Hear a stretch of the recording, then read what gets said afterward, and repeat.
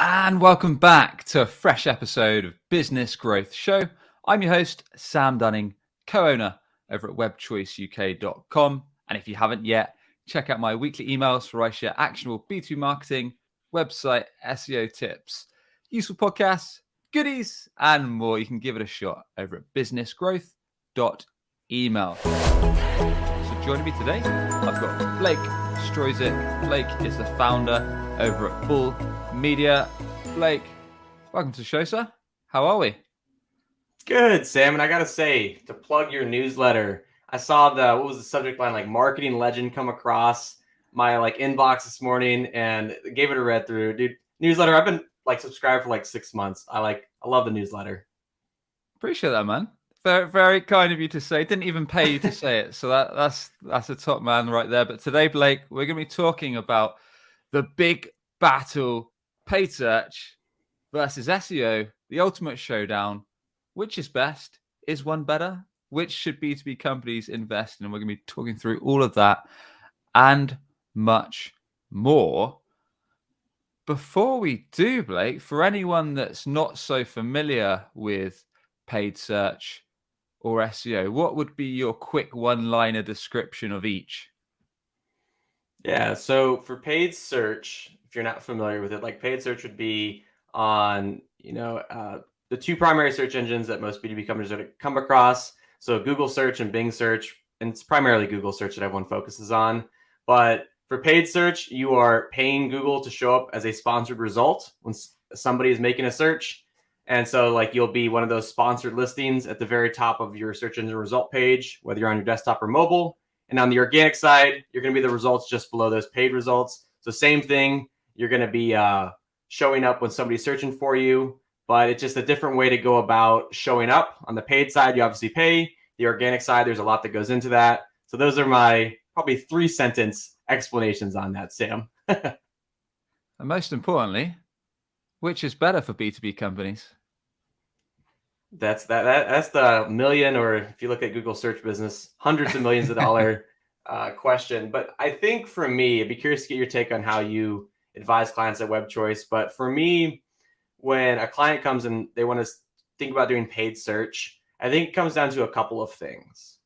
So the first piece is, what space are you playing in? So for example, if there's a company that's, going after a really expensive category like CRM, or there's a lot of software categories that are just really expensive, then it's a question of, okay, how much budget do you think you'd have to allocate to paid search? And does that make sense for where you're at as a business right now and how much funding you have, all those different things. So I think that's one big piece is what space are you in? Are you going to be competing in the CRM category, which is just really bloody? Or are you going to be in a kind of a more niche category where there might be some greenfield? So I think that's the first thing for paid search. The second thing is, are you trying to establish a new category? Or are you already in an established category? So for companies that are trying to establish a whole new category, there's nobody searching for what you do. They're probably searching for adjacent solutions or things that are like what you do, but nobody's searching for what you specifically do. So if you're trying to create this whole new movement, right? Like Drift back in the day trying to do conversational marketing, there was search demand for chatbots or website chatbots, but not conversational marketing. So understanding which space you play in and how you're positioned is key. So I'd say those are the big two things that I start with. What category are you in? Does it make sense to compete there? And what does the search volume look like for what you're trying to play at? And if you're trying to create a new category, this paid search really makes sense. Yeah. Some good points. Like you say, some sectors can just be super expensive when it comes to paid search, when it comes to Google Ads. And in that case, is there a line where you can draw off whether it's worth or not? Like you say, for example, with CRM, if you're just going after generic keywords around CRM or similar, the cost per click is going to be so high, several pounds, several dollars just to click through. And unless you are a massive brand or you've got a ton of cash, ton of funding, is it even worth going after these when they're so competitive? If you are fairly new or have limited resource or budget, what should be the considerations there? So I think in that specific scenario or like example, I think it'd be a question of, you're probably going to be more niche down than just going after just that broad category. Like you're going to be like CRM for contractors or whatever it might be. So I Yep. think that's a big piece at like the company strategy level that bleeds into your paid search strategy and the organic search side too. Be curious to get your take there, but I think that's a piece of it. So like knowing like how, if you're niche down, does that make sense? Which most companies should be, at least if they're just starting out. And then on the other side, it's just thinking how much upside does this bet and investment have for our business? So if there's a lot of search volume for it, might be a really good bet to try, right? When you consider it against other options. But I would say like segment, like look at your like positioning, like not just going after that like head term, but going after something you feel like you might actually have a chance to win in at both like a company and a paid search strategy level. And then kind of like looking at the other piece there. Yeah, yeah. And the other points you raised were, looking at cost per click, looking at your overall budget, and also making sure if the category that you're going after is a mature category, i.e., are people aware of your solution? Are people actually searching for what you do? Or is it Right. something brand new, i.e., you're the first in your market, or people aren't really aware of the problem that your offer is fixing?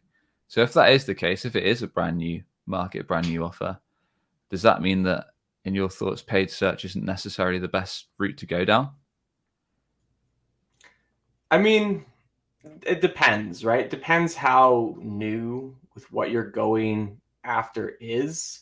For example, I worked with a Series B Martech client back when I was working at an agency, Refined Labs, and when I was working at with this client, they were in a space where what they were trying to create, there was no search volume for it, and really just what they were doing, there wasn't like a good term for what the software they're putting together was doing. And so we ran a couple different experiments. Some were against how they would replace like a physical agency. Others were against kind of like similar tools but not quite the same. And really we just never got to a point where we can make like the math work from just like the top of getting conversions. And then like you have to have enough conversion volume to justify like having a full funnel, and like we couldn't even really fill the funnel with that strategy. So I think like Right. when you're creating a category, like going back to the drift example from a couple years ago, like there's probably a case for them in the chatbot category, and I'm sure they did from a paid search perspective to do that. But I think it depends on what you're doing. I don't know. How do you view that, Sam? Not far off agreeing, really. And Yeah. I say much the same. In fact, we did a solo episode a while back on when not to do SEO, and a lot of the points you just raised, I was the same, really. Like, if you are in a brand new category, which these days not that many companies are. Let's face it, most Right. companies that are started are in a fairly mature market, unless they're trying to break through with a groundbreaking idea or concept. Most of the time you're in a vertical, you're in an industry where people are aware there's some kind of solution or offer to the problem that you fix or the results you bring. So it's not like a massively common thing. And usually if you are breaking into a new market, you're well aware of the challenges ahead of time. So in short, what I'm saying is, I agree with a lot of the points. Like if people don't know your offer or the solution you provide is out there, then yes, there's probably not that much demand to capture with Google search, i.e., paid search, organic search might not be the best use of your time. Yes, there are tricks you can do with SEO or best practices, i.e., you could go higher up the funnel where people are searching for questions around what you do. You could look to perhaps get onto some competitor searches if people are looking for alternatives to their current provider, etc. Yes, but like you mentioned, might not be the best use of spend, and you might be better off investing your dollars, your ad dollars, or your resources into educating the market and trying to make them aware of what you fix or that there is even a solution out there before you then look to capture demand that you've created over time. So that's probably what I'd say in that. And I don't know if you agree.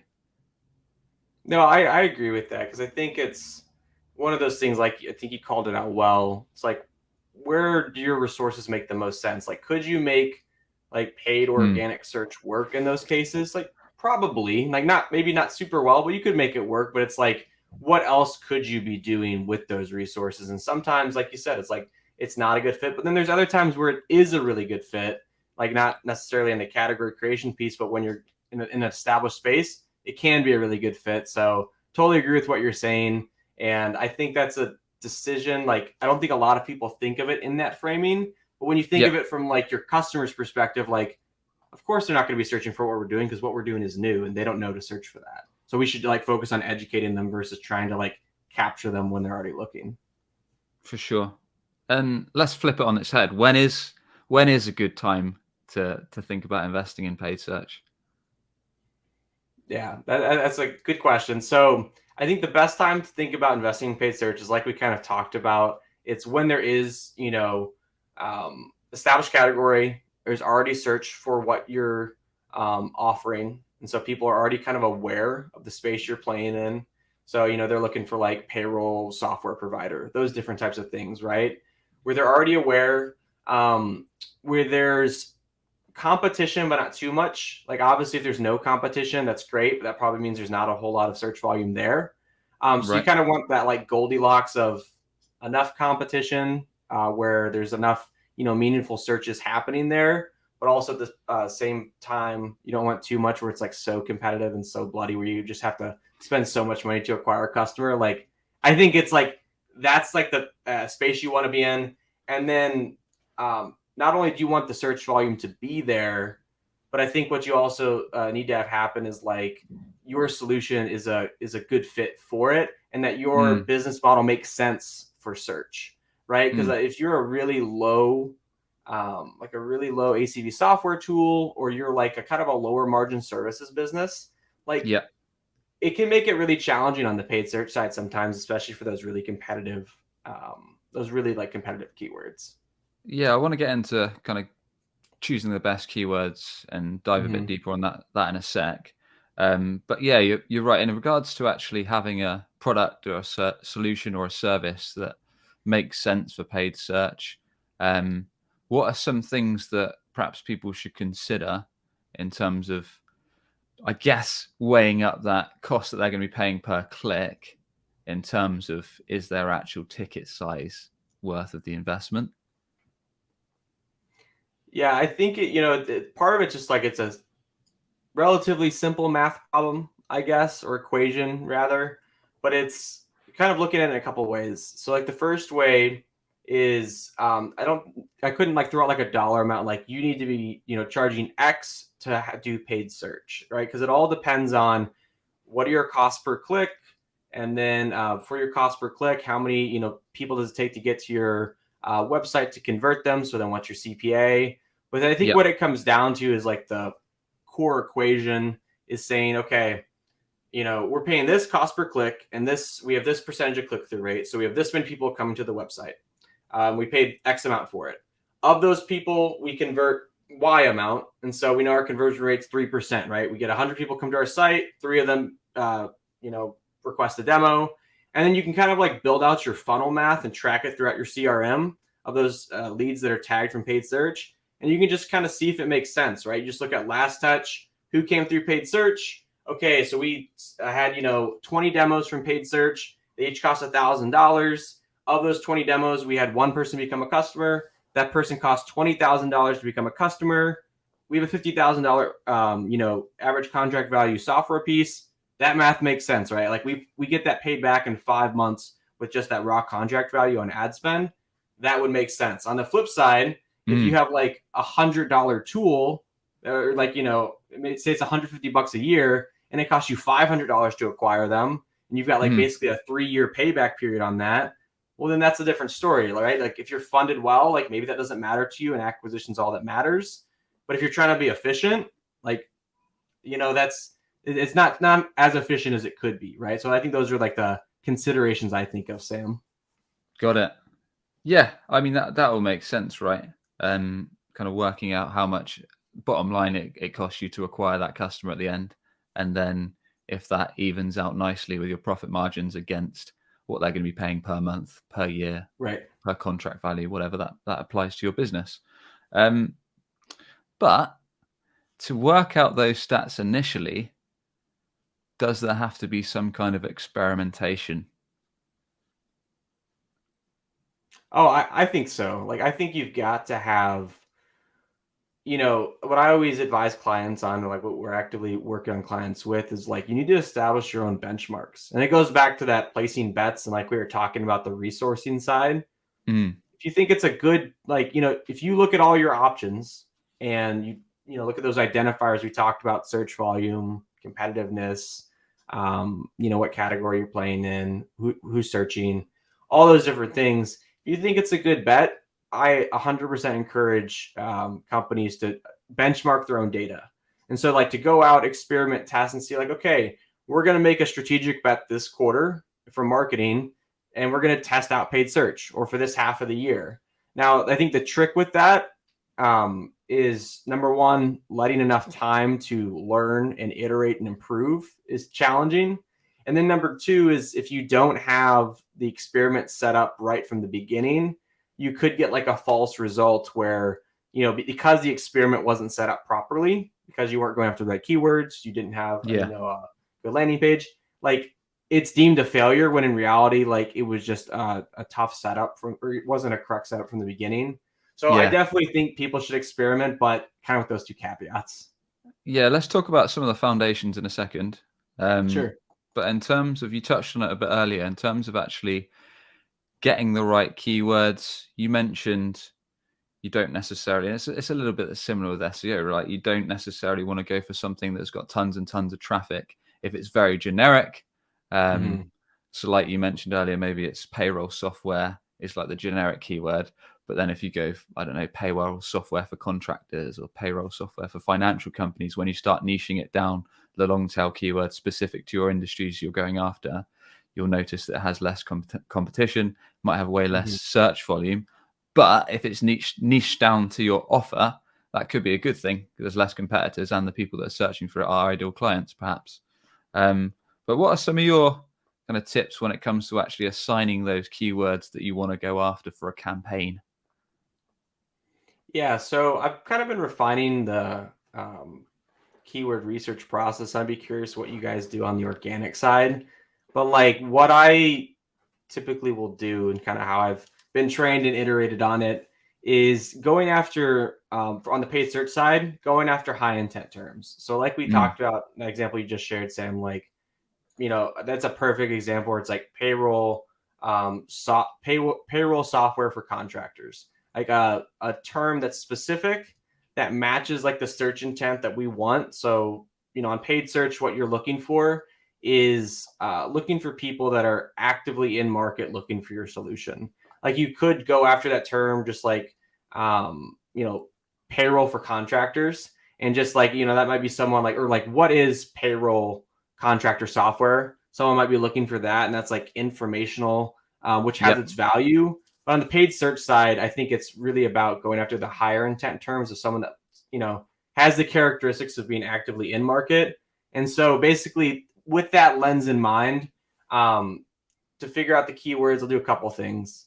The first will be just like, me being an external partner. And when I was in-house, that's how I do it as well, is talk with subject matter experts. And actually, if we can talk to customers, that's even better, or even Yep. prospects, whoever, figure out what would they search if they were looking for our solution. I think that's the best place to start. It's the lowest lift.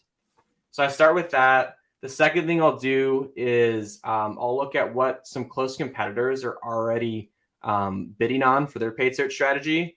That's not to say that they're correct in what they're going after. They're just trying to figure it out like you are. But I think that's a good starting point, especially if there are more established competitors, because they've had more time to try to flesh this out and figure it out. So I start with that primary research is one.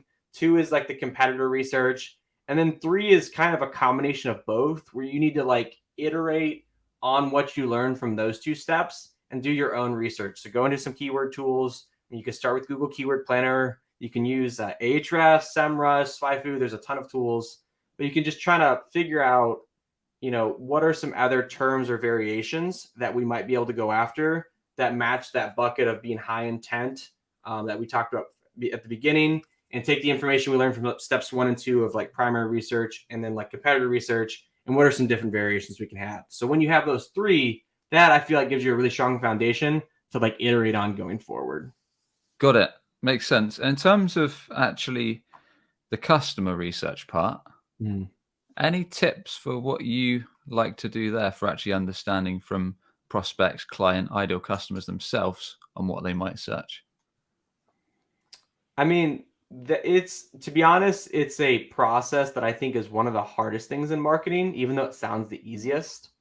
Because the reason I say that, I think the easiest thing everyone will do and what I'll do is like I'll ask the internal team, what do we think people would search for when they're looking for us? And you'll get a set of answers, which I think is a good start. But on like the prospect and customer side, there's a couple different ways I've gone about it in the past. A good way that I've done recently is, I come from background at Refined Labs. This is something that we would, advise clients to do. We're just asking like, how did you hear about us? And in those results, especially for SaaS businesses I've been working with that are higher on the Google side or Google search side in terms of like inbounds, people will actually type in exactly what they searched. So it might be a little bit different than what you see in like your system, like in HubSpot or whatever. But they'll type in like, I Googled this term to find you guys, and you were the first result I found. Like they'll like give that feedback. So that's one. That's another way. So it's like internal feedback. It's like, how did you hear about us? Then when you're actually like talking to like a customer or prospect, that's like a more nuanced like customer interview where you set aside time with them and say, hey, I want to talk about this list of things. Maybe you offer them incentive. Maybe they're a successful customer and they're willing to do it for free. But then you just ask them and you say, hey, what would you search for? How would you describe us? Is if you're going to describe us to a colleague or if you're going to search for us at Google. So I think those are like three things that I've done, Sam. I don't know what you guys do on the organic side. That's typically how I'll start on the paid side. Asking customers, asking customers, prospects, how they describe your solution and the most commonly said items from those prospects is always good because that's literally the words coming out of their mouth. And if you're constantly getting the same feedback, then that's probably something you want to go after. That's always a good one I found. But yeah, those other tips are nice. Like you say, if you are asking people how they heard about you and you're leveraging those as well because they work. That's a good one. In terms of, let's say we've drilled down on the search terms that we want to target, but we want to set up a solid foundation. And let's say we're happy. We understand that setting up a new paid ad, a new paid search campaign, a part of it's going to be experimentation because what works for a competitor might not necessarily work for us. But are there any foundations that you should set down to put yourself in the best standing? So even if you are going in with a hypothesis, i.e. we've done research and we reckon we can probably acquire a demo for this cost, but what needs to be in play before you start splashing your cash? So it's more of let's say a hedged bet, so more of a sensible bet than just chucking your cash into ads and hoping for the best. Splashing the cash. I like that. Yeah. So I think the foundational things that I would recommend you have in place, because if you break down a paid search campaign, right, you have a couple components on the paid search side, a couple components on your website, and then a couple components for tracking and reporting. So on the search side, you have, the kind of the foundational things you need to get in place there where, what kind of keywords are we going after? What type of match type are we doing? And then there's like the ad itself. So getting somebody to click.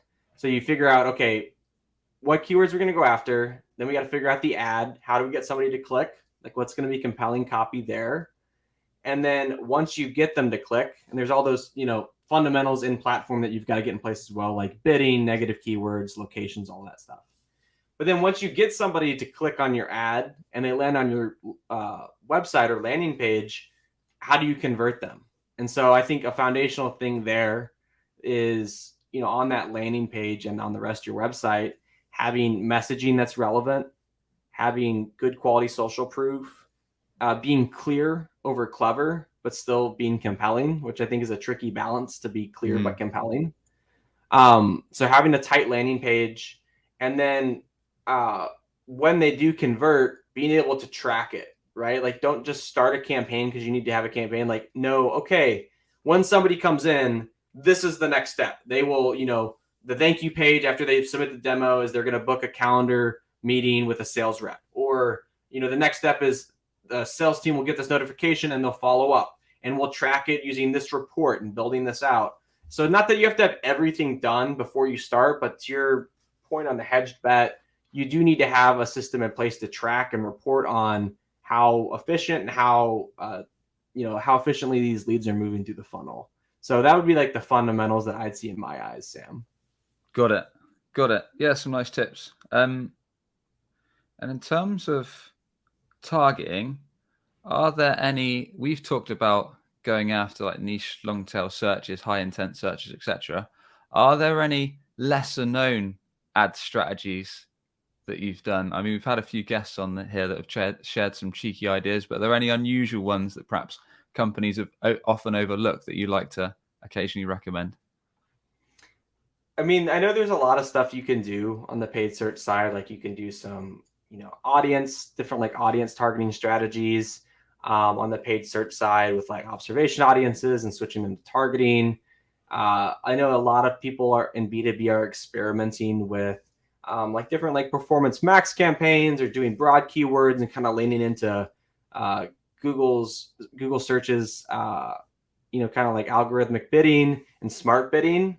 But I think for me, Sam, like I think a lot of companies could stand to just benefit from executing on the fundamentals. I think like that's the lesser known thing, because everybody is looking to try the next different hack or, way I 10x my results doing this. When in reality, I think of a lot of companies just broke it down to the fundamentals we were just talking about, where it's like, get someone to go after the right keywords, set up your campaigns right, get someone to click on your ad, convert them and track them. Like 5 simple things that really a lot of companies, not for like lack of trying, but like don't even have those 5 things in place. So it's kind of like a nail it before you scale it type thing, where I think focus on those 5 things, and then you can kind of like iterate on a couple of those things I mentioned just here. Gotcha. Yeah. That's fair. Now, landing pages. Should all paid search campaigns have a dedicated landing page? Do you think we can send people to a general website or a homepage? Because I've seen like everything and anything, right? And I'm sure you're the same.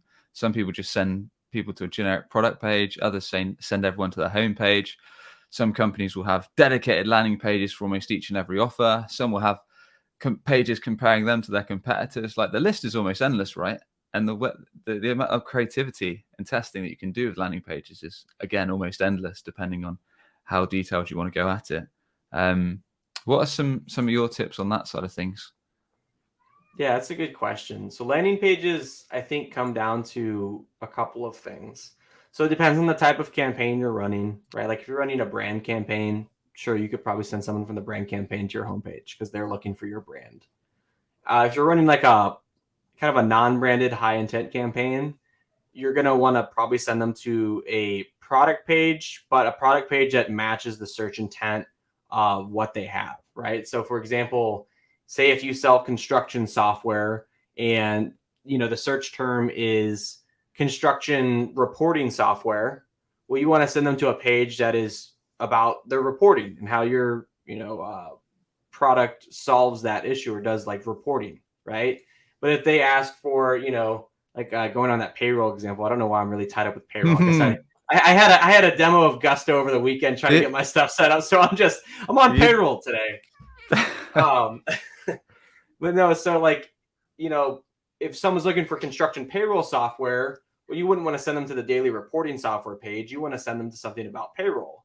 So, I mean, right. I think it's again, a resource question of like, how strategic do we want to be? Like, can we support having all these one-to-one pages if they're not already built out? If we can, great. It's going to be more relevant. If we can't, then how do we create, like a good landing page experience for, prospects that are clicking through onto our site? But I think in terms of like building out like one-to-one pages, it just depends on the strategy, right? Like if your strategy is like, well, we want to go after these informational terms to have people download some content that's relevant to like, the top of the funnel, then that might be a good strategy for you. But I think it all comes down to just, you want to match the search intent of what you're going after. So like you talked about, like for a competitor campaign, if you're bidding on a competitor's keyword, you shouldn't just send the, prospect to your homepage. It should probably be a page comparing you directly to that competitor is going to get you the best result. Because at the end of the day, like, paid search is pretty expensive, and you want to make sure you're maximizing those dollars when you're spending them. Got it. On that note, Mm-hmm. paid search can be very expensive.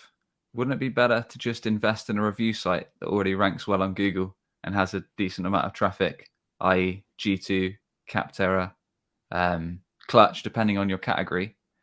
Wouldn't that be a cheaper, fast bet for some companies? Yeah, I mean, it goes down to like the strategic bets, right? Where it's like, if you are in the SMS texting software space and there's, so many different vendors in that space, and there's a ton of search volume on Capterra bet might be a really good bet to go after and to see, like, because it's the same principle where it's like, it's just a different type of search engine in a way where people are going after, the review sites, and it's a PPC game. So you just set, hey, here's my bid. Here's what I'm going to do to try to bid and get to the top. And so 100%, I think that can be a really smart thing, especially on like the services side. Like, if you're a services business, like an agency, and you're on Clutch, that's probably a smart bet. And I'm sure, like, I don't know what your guys' experience has been there, but, that's people looking for an agency, looking for what you're doing, and they want to go forward with, and they're looking for somebody. So there's intent there. So I think it makes sense to show up where there's intent. Yeah. I suppose it's kind of working out what makes sense. Because like you say, the annoying thing about these review sites and comparison sites is just they dominate organic search.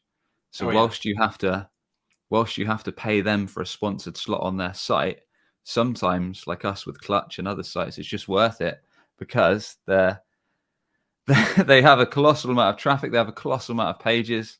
Their organic content is through the roof. So for certain search terms and certain niches, they just rank so well.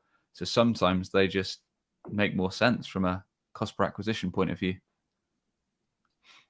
Totally. Yeah. No, I think, they're doing a lot of the heavy lifting, and that's why they can charge to list you on the site, because they're like, hey, we've invested in all this infrastructure. So I think it definitely makes sense. And it's one of those things where, just like with paid search, I mean, this is kind of like a subset of paid search, but it's like, say, hey, this quarter, we're going to try out Capterra, or we're going to try out Clutch. Let's, put a set amount of budget. Here's how we'll measure it. Here's our plan. And let's try it out and see if this can work for us. Yeah. And do you think paid search, if the company is in a market that has got demand there to capture because it's established and people are aware there's a solution for it, and let's say the company has worked out that there is they've got some budget, they've kind of done the maths and it's worth it, should paid search be one of your first go-to-market strategies? Like, or is it even your first? Like, let's say you've got a solid website there that does some of these things we talk about. Do you think paid search is the first route to market? I mean, I think in terms of the bets I would make first on the paid side, yeah, paid search is definitely up there. I think there's two that I advise, strategize, and execute for clients. There's kind of two pieces of low-hanging fruit. And I say low-hanging in quotes because I really don't think there's a lot of low-hanging fruit. It's like just like more a higher probability bet than other pieces. But it's like, for paid search, we're trying to get in front of people that are in market looking for what you're offering. So I think it makes sense to try to start there. And then, like, because the other piece I will, kind of advise and help companies stand up is like just on like the retargeting side on paid social, like hitting people that have already been to your website but haven't converted yet, staying in front of them there. And so it's kind of like, those are the 1-2 punch. I would say it's like, let's stand up retargeting, make sure we're in front of people that are already aware of you. And then let's get in front of people that aren't aware of you, but are in market. And even if they don't convert, we're going to hit them with retargeting as well. So we're going to get, it might have cost us $50 for that cost per click, but then we're going to go and retarget them and hit them 30 times with ads in the next month and convert them, even though we didn't convert them on the landing page. So I think it's definitely up there in the beginning. But what I advise clients on is they're going to have to, if they have success with paid search, they're going to need to invest in the organic side at some point. And honestly, the sooner the better, because which you have a much better perspective on than I do, it does take more time on the organic side typically to start to get like an organic result going. And I know, like, if it's a more niche term, like maybe it's a little bit sooner time horizon, but eventually you're going to want to rank organically for those terms if you can, because it's just going to lower your customer acquisition costs over time. You make this upfront investment in SEO, you maintain it, but then like hopefully you become less dependent on paid over time, so you can invest that capital into other resources or just become more efficient and profitable. Yeah. I think the issue I see is, especially with funded companies, B2B tech, often SEO is often a hard internal sell to management, to execs, because usually they're used to a few things. They're used to spending a load of cash on ads because they can do everything that we've just talked about and get a reasonably fast route to market. And maybe they'll assign some of that to review sites if relevant. They'll probably assign a chunk of cash to outbound sales to hit target accounts, to book some meeting with those target accounts that might not be in market right now, but they know those are accounts they want to break into. And then that's probably some of where the first cash lot might get spent. Maybe they'll do a few other pieces, maybe link some stuff on LinkedIn, some retargeting, etc. But then when you try and get the internal sell of SEO, the fact that some of these search terms might take 3 months, 6 months, or longer to get ranked for, that's when it becomes difficult. That's when, unless that the people involved in the process are familiar with SEO, are familiar with organic search and how it works and the benefits, then it becomes a very, very difficult internal sell, unless you have got someone from that marketing background or that has perhaps been a company before that has benefited from it. I'm not sure if you've seen the same, Blake. No, I would say so. And I think what's tough, and I mean, this is not even representative of like, yes, just the SEO side. This is really like a lot of marketing. I think a lot of people, because I see this a lot of time, like I was on a call with a VP of marketing the other day that was, talking about potentially working together. And they were like, yeah, we've been burned by a lot of agencies in the past. Like we've been burned by our past 2 agencies. And I think on the SEO side, some people have just been burned on like the time horizon, or like, there's people out there on both paid and organic search that like oversell the timeline and the impact. And then once people get burned, even if it's at a prior company, they can get a little gun shy. So I think that definitely does happen. But I think, you have to look at it strategically and say, like, this is a strategic investment we're going to make, right? Like, I think you can validate out a lot of stuff with paid search, but the goal is like not to always be spending 30K a month on Google ads. The goal is like, what if we could get that down to 15? Then we could reallocate that 15 into another hire. We could reallocate that 15 into creating content, into events, into a ton of different stuff. And so I think like that's the lens. I definitely see it, what you're talking about, Sam. But I think that's the lens like marketing leaders and executives have to take, is like, okay, I don't always want to be spending this amount of money on Google search every month. I want to decrease that over time. So I'm going to, make a strategic investment in SEO, and I know it'll take time. That's why I have paid search running, because I still have to hit my results. But, I want to get that going in the background so I become less dependent on the paid side. Because I think that's the best outcome for companies if they can get to that point. That's it. I mean, yeah, essentially what you said, long term, you can lower your ad spend. And I suppose the good thing about doing paid search and everything we've discussed is, as well as that, you can almost seed out the opportunities that might work well on SEO. So you can trial out maybe some more unusual, longer tail, high intent, niche specific keywords. And if you're capturing quite a lot of inquiries, quite a lot of demo requests, consult requests with those, then you might think, well, actually, that might work really well on SEO. That's definitely one that we're going to want to add to our list to target there. And as you mentioned, over time, you can reduce your ad spend. I suppose the other thing is a good benefit about SEO is the fact that you're not paying for every click, but it's evergreen content most of the time you're producing. So it's more of a longer term asset. So if you are building out like useful service pages, information pages, product pages, blog articles, etc. on your website, yes, they might take a lot of work up front to actually put out generally helpful content, answers your customers' questions, handles their objections, all that good stuff. But once it starts ranking, that's it really, on the basis that you're putting out good stuff and that's actually matching search intent. then that content can bring in inbound for years to come, not just now, but literally months and years to come. So that's the thing that's, I guess, often overlooked, the fact that it can just keep bringing it in. But it's got to have that correct foundation, like you say. It's got to be well thought out. Yeah, I think a lot of it comes down to, when I've thought about like the timeline, because a lot of people, like a lot of things in marketing will just like take time, right? Like if I am in sales, like sales honestly still takes time. Like you have sales reps that ramp up. Like that's why it's a ramp up period, because it takes time to learn and do that. So in the same way, like marketing programs take time to ramp.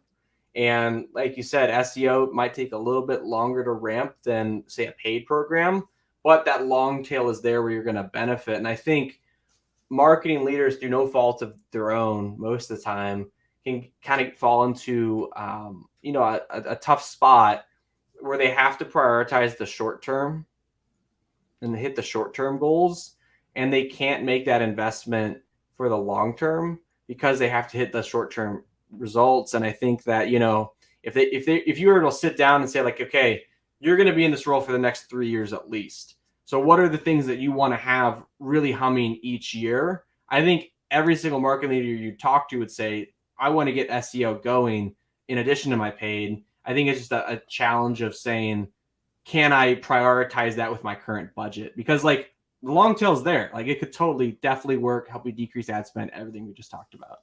Yeah, exactly. What are your thoughts? I'm not going to name names, but there's a lot of B2B marketing, in inverted brackets, leaders on LinkedIn saying Google search is going down. Hardly anyone uses Google search these days. Everyone goes to communities or dark social or hidden channels that can't be measured, i.e. WhatsApp, Slack groups, Discord, whatever you name it, channels that aren't directly attributable. So Google search is becoming less and less relevant, i.e. every time I see these posts, so I always kick off and give my 2 cents, because I'm not against these channels, right? To put my perspective out there, I think communities are awesome. I think educating the market, entertaining the market around your niche, giving out valuable advice, whether that's media, whether that's podcast content, I think it's great. I think it is a great way to become the go-to in your sector. But at the same time, when I see these things, I know I get fired up. But what are your thoughts, Blake? I think a lot of it depends on the industry you're in, to be honest, or excuse me, the industry you're selling into, to be honest. So I've right now, have doing Bowl Media full time. We have about, I think we're gonna have about 8 clients as of like next week. And so there's 8 clients that like I'm seeing all selling in different industries. Previously, before Bowl Media, I worked in-house at 2 B2B tech companies. One was a Series D selling into the supply chain logistics space. Another one was a small B2B tech company selling into like corrections. So like here in the States, like, the justice system. And then at Refine Labs, when I worked there, I worked with 6 different companies, and some were selling into to marketers, some were selling to employer branding professionals, and then others were selling to like call centers. So the reason I bring all that up is it all depends on who you're selling to. Like that narrative, I think, is true for a lot of like B2B SaaS and tech. Like, yeah, there's a lot of people that do Slack communities, spend time on LinkedIn. But like when you see who's having success on LinkedIn, it is companies that sell to sales, sell to marketing, sell to HR, recruiting, and then like maybe like sell to founders. Like those are like the big companies. Like you think of all the ones that have made a name and done a great job over the years, which rightfully so. But like Gong sells to sales, Drift sells to marketing. Refine Labs crushed it on LinkedIn, but they sell to marketers, right? And so I think it depends on who you're selling to, because the example I gave earlier, like that, how did you hear about us? So that company, they sell to the contact center space, and they have an overwhelming response on the Google search side. Like that's just where people in that space are searching. That's not to say they're not in communities and on LinkedIn, but a larger proportion of them come from the Google search side. So it makes sense that they're investing on the paid search side and organic search for that. So it all really comes down to who you're selling to, because that's the data that you need to go after. So I definitely don't think SEO is dead by any means. And I think that, I mean, it is interesting to see like what will happen with like ChatGPT and all of that, even though I think some of that might be a little overhyped at this point. Mhm. But it all just depends on who you're selling to. At least that's my experience, Sam. That's possibly one of the best summaries of it I've ever heard. And I'd never thought of it from that perspective. I've always thought of it from a like more general perspective, i.e., everyone buys. Like my point of view on it is this, and I like yours. Everyone's a bit different, so some people, like especially if you're buying a big piece of B2B software or a big B2B service, like it's tens of thousands of pounds or more or dollars, it's not a quick decision. It's something that you're going to think about and discuss internally, probably weigh up 2 to 3 options or so, and then slowly make your decision. So the chances are, like, yeah, you might ask for a referral from your friend. If you're in a community or a group, you might ask one person there, and then you might get the third vendor from a Google search, and then you'll weigh them up. Or like you say, if you're not even in a community, maybe you'll just go to Google and find 3 vendors and then weigh them up. Like the way everyone does their business is a bit different. So if you're closing yourself off into like the way of thinking, like I'm going to go all in the community, is fine, but make sure your ideal clients are actually all in there before you put all of your eggs into one basket rather than going multi-channel. Because like we've talked about, like even Google Ads SEO is put to its best when you retarget on other platforms, because not everyone converts on their first visit to your website. So really thinking about how your audience act, where they hang out, and where they behave is just marketing fundamentals. And I really like the point that you made that most people on LinkedIn are either sellers, marketers, or HR. So that's why they often agree with these points of view when you think there's so many more industries, especially in B2B.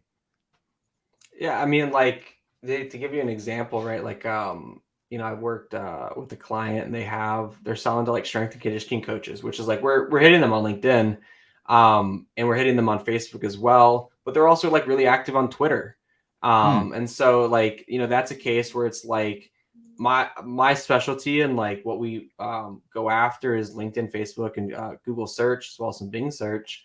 And so like my specialty isn't necessarily on Twitter, but that's like a good viable channel for like community for this particular client, right? And so like they're active on there, their founders active on there, there's conversations happening. So it's like the contact centers being active on Google search. That example I give of people being active on Twitter for strength and conditioning coaches is for college and universities, or it's like developers. I know historically I haven't marketed developers for any clients I've worked with, but I know that they spend a lot of time on like Reddit, maybe like Discord, different things like that. So it all Right. does just come down to like you said, it's marketing fundamentals. It's like where are your ideal clients at and how are they searching? Because on the flip side, I think what we're talking about here is like what's the right term for like national SEO or like global SEO, not like local SEO, right? Because on Oh, the for flip sure. side, yeah, because like on the flip side, which I know this isn't the focus here, but like the flip side, like local SEO, like 100%, every company that's local should be prioritizing local SEO because like people are searching for a vendor near them. But that's all because you're focusing on your ideal client. So if I am living wherever, here I am in Cleveland, Ohio, and if I'm looking for a roofer, like I'm going to search roofing company Cleveland, Ohio. So it's just a different buying motion when you're doing something local versus national. So it all just comes back down to fundamentals and knowing how to apply them and how to take what's good from what you learn and see on LinkedIn, but also be like, I also need to focus on what does this mean for my specific organization and market. I think is the takeaway. Yeah. And do you think that Google Ads work better when SEO is being run, i.e., if someone searches for what you do or searches for your solution or similar, or even a branded search, and they see both an ad and an organic listing, do you think that's something that's worth going for? Or do you think people these days ignore organic or ignore ads or place more importance in organic? Or what are your thoughts around that? I mean, I think it depends. If you're ranking highly on the organic side for a lot of those like higher intent terms, I would think about not running ads there. And then if you see a decrease in performance, like maybe you pulse it, you try it for a month, you stop it for a month, compare the two performance wise. But I think at the end of the day, right, it depends on what you're prioritizing. Like if you've made the SEO investment and you're ranking there, and you're prioritizing efficiency as a business, I wouldn't do paid search next to it.